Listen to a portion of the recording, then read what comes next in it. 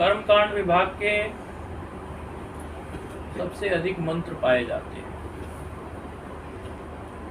कई बार ये कई श्रोता नए होते हैं अथवा इस प्रकार की जो शास्त्रीय जानकारियां हैं उनको नहीं होती, तो भ्रम में ये पड़ जाते हैं कि वेद में मंत्र हैं तो कैसे मंत्र हैं, क्या ऐसे ही मंत्र हैं जैसे हम नमः शिवाय जपते हैं, या अन्य कोई मंत्र जपते हैं जैसे ही मंत्र बोलते हैं हमारा मस्तिष्क तो वहीं जाता है।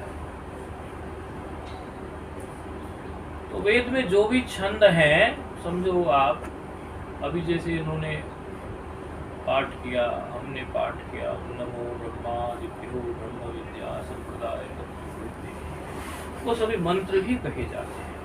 ये मंत्र ही कहा गया, ओम नमो ब्रह्मादिभ्यो, ये मंत्र का है, सिर्फ वही मंत्र। और जो हरि ओम नमः शिवाय, ये भी मंत्र ही है, इसलिए मंत्र में कोई कंफ्यूजन ना हो, इस वजह से हमने। अब ये जो कर्मकांड विभाग है, पहले जब वेद प्रकट होते हैं शुरू में सृष्टि में,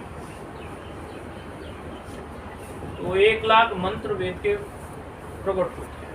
1 लाख कल्प भेद से, क्योंकि ये कलयुग भी कई बार आ चुका है, अलग अलग कल्प में आते हैं, सतयुग भी चक्र चलता है,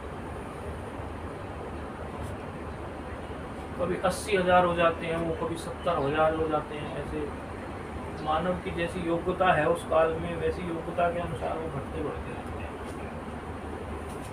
पूरे 1 लाख मंत्रों को झेल पाना मानव की योग्यता उतनी नहीं है। वो काल जैसे कैसे आगे बढ़ा, मंत्रों की संख्या घटती चली जाती है। फिलहाल की यदि हम बात करें आज के काल की, अभी की, तो वो 1 लाख मंत्रों में से 27,000 मंत्र अभी प्राप्त हैं, जो छपाई में है। काशी में ब्राह्मण लोग बालक पाठ करते हैं, पोथी पढ़ते हैं। आजकल तो YouTube इत्यादि भी चीज़ें सुलभ हो गई हैं, कभी देखने का मन भी हो किसी का तो देख सकते हैं वेद पाठ कैसे होता है। YouTube में जस्ट टाइप करें, मिल जाएगा। अब उन 27,000 वेद मंत्रों में जो अभी प्राप्त हैं,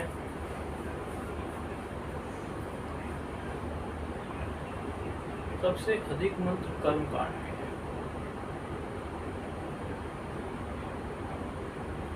फिर कुछ उपासना कांड के हैं, लगभग 4,000 मंत्र ज्ञान कांड के हैं, 20 के आसपास शायद कर्मकांड के हैं, और 4,000 उपासना, टोटल 27,000। अब वो जो 4,000 हैं ज्ञान कांड के, उन्हीं से ये सारे उपनिषद हैं। अब उपनिषदों की बात करें तो अभी छपाई में 108 उपनिषदें मिल जाती हैं। किसी को देखनी हो हम लिंक शेयर कर देंगे, 108 उपनिषदें। लेकिन उन 108 में से भी 10 उपनिषदें प्रसिद्ध हैं, क्योंकि उन पर भगवान भाष्यकार भगवान इसलिए बोलते हैं शंकराचार्य जी को, क्योंकि उन्होंने भाष्य किया। उन्होंने 10 उपनिषदों पर ही भाष्य लिखा। जो मूल वेद मंत्र हैं, उन वेद मंत्रों पर भाष्य लिखा गया शंकराचार्य जी के द्वारा।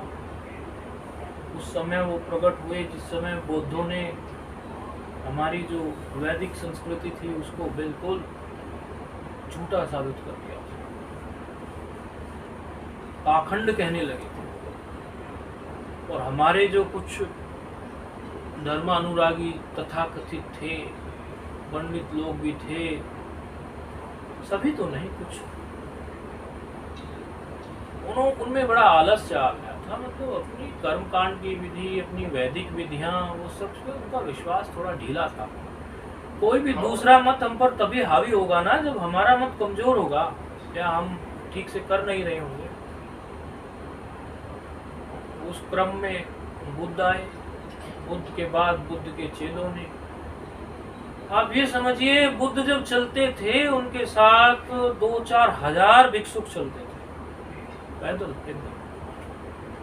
जिस गांव से 2-4 हजार भिक्षुक गुजर जाए, उस गांव की तो काया पलट हो जाती थी, तो सब धड़ाधड़ बौद्ध बने जा रहे। उस समय भगवान शंकराचार्य जी का अवतरण हुआ है केरला में काशी। और ये जो होते हैं, ये लोग अवतरित होते हैं, इस बात को सिद्ध कर देते हैं। कई लोग कहते हैं ना कि ऐसे भ्रम से हमने अपनी मर्जी से ये तो नहीं कह दिया कि वो अवतार है, तो उनका जो जीवन होता है उससे सिद्ध हो जाता है कि अवतारी पुरुष ही थे, सिद्ध हो जाता है। शंकरो शंकर साक्षात, भगवान शंकराचार्य साक्षात शंकर भगवान ही हैं। कैसे? 4-5 साल में घर छोड़ देना, 8 वर्ष में वेद कंठस्थ हो जाना, मतलब 32 साल में तो उन्होंने शरीर ही छोड़ दिया और ढूंढ ढूंढ के चुन चुन के पूरे भारतवर्ष के जो ज्ञान धुरंधर थे सबको हराना और अपने अद्वैत सिद्धांत की स्थापना। अद्वैत सिद्धांत तो पहले से ही था, लेकिन ढीला पड़ जाता है और फिर से स्थापित करना चाहिए। जहां भी ऐसा बोले भगवान भाष्यकार, आप समझना हम शंकराचार्य जी के बारे में बोल रहे हैं। भगवान के जिसमें षड्भग हों उनको भगवान कहते हैं। कई बार आर्य समाज के लोग इसमें बहस करते हैं, तो फिर हम उनको शास्त्र का प्रमाण देते हैं कि जिनमें षड्भग होती है वो भगवान होते हैं, इसलिए उनको भगवान कहा गया। शास्त्र से प्रमाण देंगे, फिर षड्भग गिनाएंगे उनके। ऐश्वर्य आदि उनके 6 विशेष लोग, वो उनको भगवान कोटि में रखा जाता है। इसीलिए बोलते हैं भगवान भाष्यकार, भगवान व्यास। ऐसे ही बोल देते कि शब्द किसी ने दिया और भावना से बोल दिया, हम पूरा तोल बोल के बोलते हैं, शास्त्र को प्रमाण रखकर बोलते हैं, विचारक हैं, कोई ऐसे ही किसी कहने से नहीं बोलने वाले। तो ये जो परंपरा है फिर वेदांत की, फिर उसी से जो है उपनिषदों से ही, वो 10 उपनिषदों में भाष्य है उनका। हमारे यहाँ पर ज्ञान का सबसे बड़ा कोई प्रमाण है तो केवल उपनिषद ही है। आप जिस निमित्त सब लोग इकट्ठे हुए और जो विशेष प्रायोजन आप लोगों का पंचदशी पूरी हुई, उसकी आपको बहुत बधाई। और पंचदशी जो है उसमें उपनिषद के किसी भी मंत्र से इधर से उधर नहीं घूमी है पंचदशी का एक भी श्लोक। सभी उपनिषदों के मंत्रों के आधार पर, सभी श्लोक उपनिषदों के मंत्रों के आधार पर ही स्वामी विद्यारण्य जी ने बनाए हैं। पंचदशी की जब पहले शुरुआत ठीक से हुई थी, उस समय इंट्रोडक्शन नहीं मिला, तो थोड़ा बताएंगे। आप जिस शास्त्र को पढ़ रहे हैं या पढ़ चुके हैं, कुछ पढ़ रहे हैं, कुछ पढ़ चुके हैं, एक तो ये शास्त्रीय अध्ययन करने की जो हमारी परंपरा है वो बहुत पुरानी है। हम लोग पढ़ा करते थे ठीक से। शास्त्रों में इस बात के प्रमाण हैं कि माताएं खूब अच्छी वेदांत में पारंगत हुआ, खूब प्रमाण है। पुरुष ही नहीं, स्त्रियां भी। और ये जो हमारी परंपरा थी, इस परंपरा में हमें गुरुकुल में जो 25 वर्ष हमारे बीतते थे, माताओं के, लड़कियों के गुरुकुल अलग होते थे, पुरुषों के अलग होते थे। उस परंपरा से जब हम अध्ययन करते थे, हमारा अध्ययन शुरू होता था व्याकरण से। सर्वप्रथम हमारा व्याकरण से शुरू होता था, क्योंकि मूल ग्रंथ अध्ययन के हेतु संस्कृत भाषा है। कोई भी गंभीर शास्त्र का आप यदि अध्ययन करना चाहेंगे तो क्या सेतु बनाएंगे? संस्कृत को बनाएंगे, क्योंकि सारे तो उसी में रचे। तो पहले व्याकरण पढ़ाया जाता था, व्याकरण में भी ये रचना अनुवाद कहूंगी तो भी 100 साल पुरानी भी नहीं है। सबसे पहले ये व्याकरण में सीधे अष्टाध्यायी पढ़ाई जाती है। लोगों की योग्यता कम हुई तो अष्टाध्यायी से फिर लघु सिद्धांत कौमुदी पे आए, फिर रचना अनुवाद कौमुदी पे आए। अष्टाध्यायी के 4000 सूत्र पढ़ाए जाते थे। सूत्र क्या करता है बोले, जो लोग जानते होंगे तो जानते होंगे, जो नहीं जानते होंगे तो, जैसे विद्या और अरण्य, मुनि जी के नाम के साथ ही बताते हैं, विद्या और अरण्य, और अरण्य का आ और विद्या में जो यकार है उसका भी आ, डा या है ना, कभी तो विद्या हो ना दाया, डा हलंत है या बड़ा है आपकी भाषा में। या में जो आ है और अरण्य में जो आ है वो दोनों मिलेंगे तो आ हो गया ना, विद्यारण्य कभी शब्द बना ना। तो ये इसी सूत्र के माध्यम से हुआ ना, किस सूत्र के माध्यम से हुआ, किस सूत्र के माध्यम से हुआ, आप लोगों को तो पढ़ाया हुआ है हमने, अकसवर्ण सूत्र तो अकसवर्ण देते हैं ना। तो इस प्रकार हमारे अष्टाध्याय के 4000 सूत्र, ये हमारी परंपरा है। मतलब हम इसे भूल गए तो ये हमारी मूर्खता, लेकिन परंपरा है हमारी। जब व्याकरण पढ़ लिया, व्याकरण पढ़ने के बाद फिर दूसरे नंबर पर पढ़ाया जाता था न्याय, फिर योग, फिर सांख्य, पूर्व मीमांसा और आखिरी में फिर वेदांत, उत्तर मीमांसा। वेदांत आखिरी में उत्तर। अब ये जो शुद्ध क्रम है, आप लोगों की हम बात नहीं कर रहे, कई महात्मा लोग भी शुद्ध क्रम को पूरा फॉलो नहीं कर पाते, क्योंकि ये तो बड़ा तपस्वी जीवन होता है। व्याकरण में लगाए 7 साल 8 साल, 2-4 साल न्याय में लगाए, फिर योग में लगाए, फिर सांख्य में लगाए। थोड़ी सी एक अलग सी बात है, आप अभी जितने भी महात्माओं को व्याख्यान देते देखते होंगे, बड़े बड़े प्रसिद्ध हैं, मतलब बड़ी बड़ी स्टेज है उनकी, बड़े बड़े नाम है, बड़े बड़े आसन, क्रम से पढ़े हुए नहीं है, अध्ययन नहीं किया है क्रम से। जो गुरुकुल व्यवस्था थी हमारी, उसे क्रम से किए हुए नहीं। और वेदांत के भी कई लोग पढ़े हुए जो है क्रम से नहीं पढ़ा। महाराज श्री क्या बोलते थे, पढ़ी फिर पढ़ा तुमने वेदांत बाद में, बोलो, तो कहाँ करते थे बहुत लोग, ऐसा करते नहीं थे, डायरेक्ट वेदांत में एंट्री होती थी। तो जो 100% बिल्कुल डूब जाना चाहता है वेदांत में, उसके लिए तो यही क्रम है। एक शब्द उससे छूटेगा नहीं और शास्त्र उसके आगे आगे, मतलब उसके सब मस्तिष्क में वो ही तत्व और स्वयं का फिर सही अर्थ भी निकाल ही लेगा। कि गुरु ने जो तत्वमसि का उपदेश किया है, उसमें तत्व और स्वयं को मैं कैसे इस लक्षणा से कैसे देखूं, तो एक क्रम बड़ा मतलब परिश्रमी, उद्योगी, बड़े पुरुषार्थी, तपस्या करने वाले महात्माओं के लिए है, बहुत कम देखने में आता है। हम नहीं ऐसे कभी पहले गुरुकुल में पढ़े थे, लेकिन फिर जब इस क्षेत्र में आए तो गुरुजन बोले, शंकराचार्य इत्यादि जो प्रणाम करने जाते, बोले क्या हो, कैसे करते हो, तो बताते अपना, कहते ब्राह्मण शरीर है, महात्मा बन गए और ब्राह्मण शरीर है, और अभी व्याकरण नहीं पढ़ोगे तो कैसे चलेगा, डायरेक्ट वेदांत पढ़ोगे। मेरा गुरु जी पढ़ेंगे तो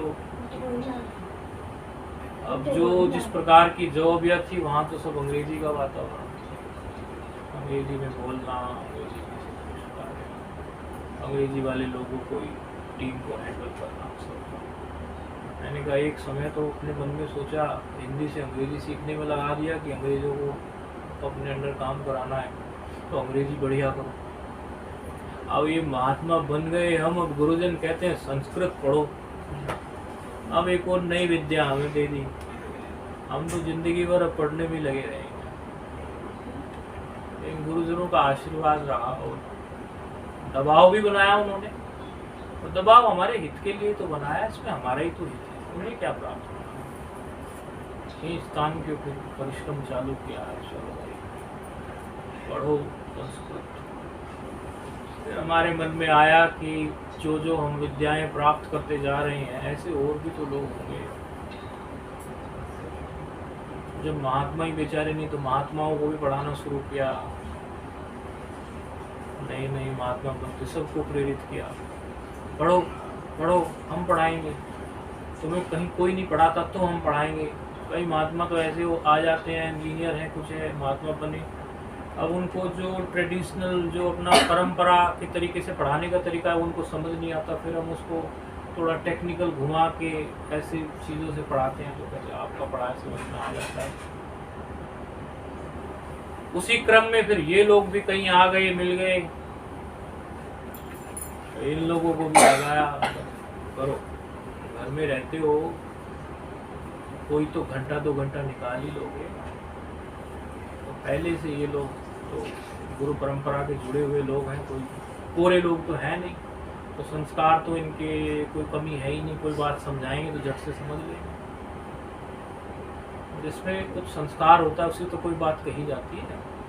अब कोरे लोगों को हम सड़क पे कहने लगे, कौन सुनेगा हमारी बात, तो कहाँ उनको समझ आएगी और कौन चलेगा। इन लोगों का पहले से एक बेस तैयार, आप सब लोग साधक हैं, पहले से आप लोगों का एक बेस है, गुरुजनों से जुड़े हुए हैं, कोरे नहीं हैं, तो आप अब और थोड़ा आगे की यात्रा,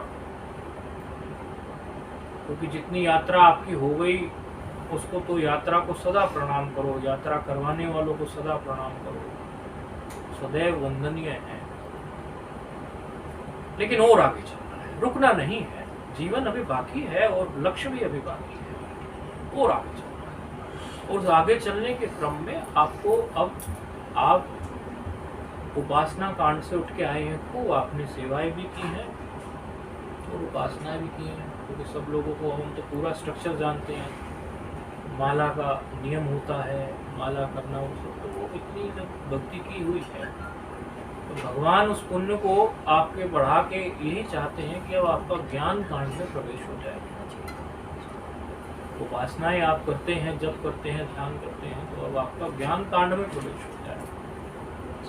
और शुरू में 2-4 लोगों को इनको प्रेरित किया तो ये लोग कहते थे महाराज जी ने हमें कहाँ उलझा दिया, ये तो बड़ा क्लिष्ट है, कठिन, और कहाँ हम कैसे कर पाएंगे।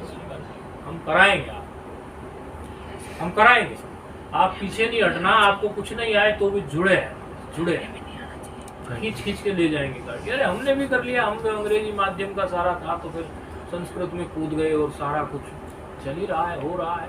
और अभी भी कोई गुरुजन पढ़ाते हैं, हम झट से बैठते हैं आराम से।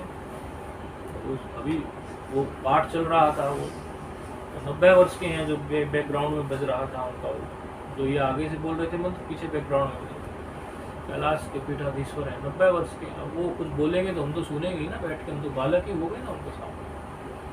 हम अभी भी कोई पढ़ने से चूकते नहीं है। और जो सच्चे, अभी भी जो सच्चे संत हैं, और भले वो कितनी बड़ी स्टेज पर व्याख्यान देते हो, सत्संग करते हो, आप देखिए कई बार बात होती है हमारी तो हम पूछते हैं, मैंने कहा महाराज अभी कैसा है, बोले भाई जब कथा से विश्राम मिलता है या कुछ भी हमें समय मिलता है हम पाठ में बैठते हैं।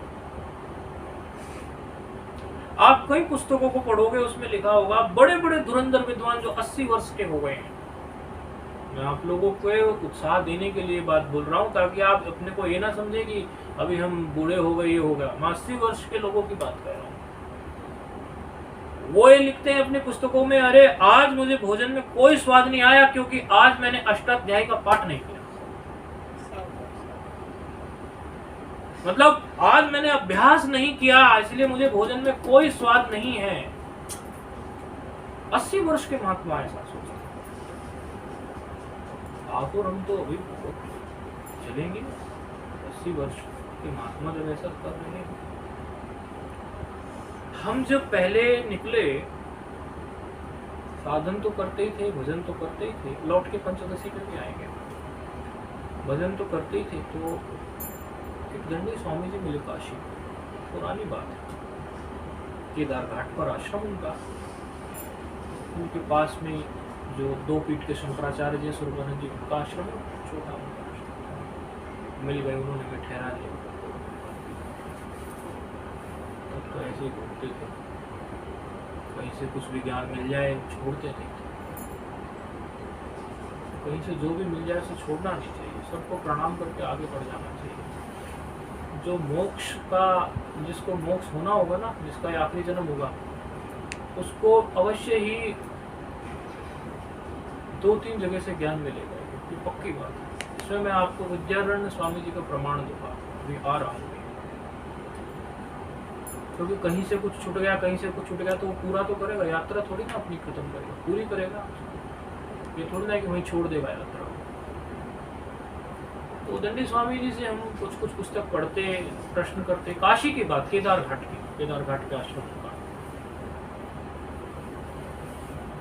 लेकिन सुबह सुबह हमारा क्या नियम था कि सुबह सुबह हम जाएंगे, और ये सभी आश्रमों का नियम भी और होना भी चाहिए। जहाँ रह रहे आप, सुबह सुबह वहाँ के मुख्य स्वामी जी जो हैं, स्नान इत्यादि करके उनको आप दंडोत करके आइए, फिर अपने दिन की शुरुआत कीजिए। यही क्रम है गुरु परंपरा का हमारा। तो दंडी स्वामी दंड तो वैसे भी ब्राह्मणों को ही मिलता है, ब्राह्मण शरीर के होंगे तो वो तो पूजनीय होते हैं, उनके लिए तो शास्त्र में एक श्लोक आता है। उस श्लोक का अर्थ ये है कि दंड मात्र ग्रहण, दंड को केवल ग्रहण करने मात्र से नर जो है वो नारायण हो जाता है। इससे संबंधित एक बड़ी अद्भुत घटना है, थोड़ा मजाक भी है और मजेदार है।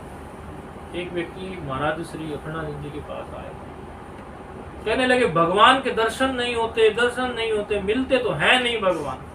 बड़ा दुखी हो गया, जिज्ञासु रहा होगा, भक्त रहा होगा।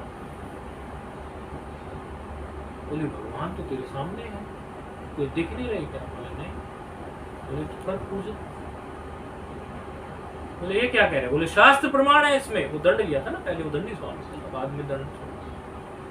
शास्त्र प्रमाण है, दंड मात्र ग्रहण कर लेने से नर नारायण होता। तो तू मुझे नारायण नहीं मान रहा है, इसका मतलब तेरी शास्त्र पर श्रद्धा नहीं है।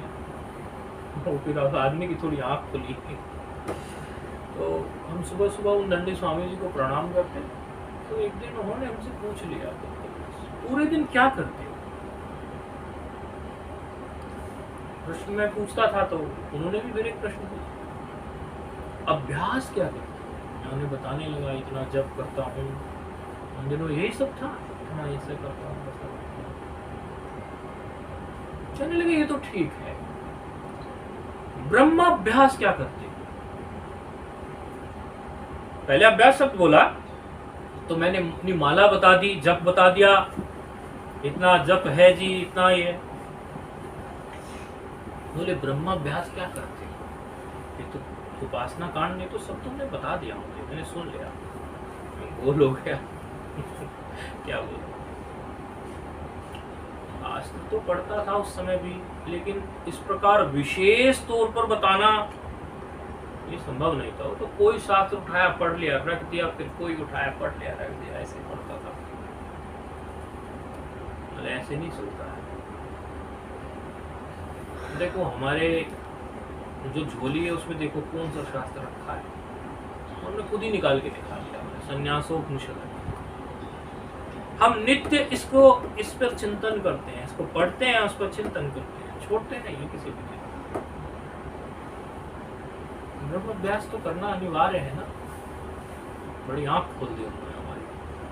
फिर पूज्य शंकराचार्य इत्यादि के चरणों में गए, कहाँ कहाँ घूमे, कहाँ सभी लोगों की प्रेरणा से शास्त्र में गति हुई। उनकी प्रेरणा, उनका आशीर्वाद और पूर्व का संस्कार। तो जब हमारी शास्त्र में गति हो गई तो आप लोगों की शास्त्र में गति कराने के लिए भी हमने एक को तो नियुक्त किया ही। उनको उन्होंने बोला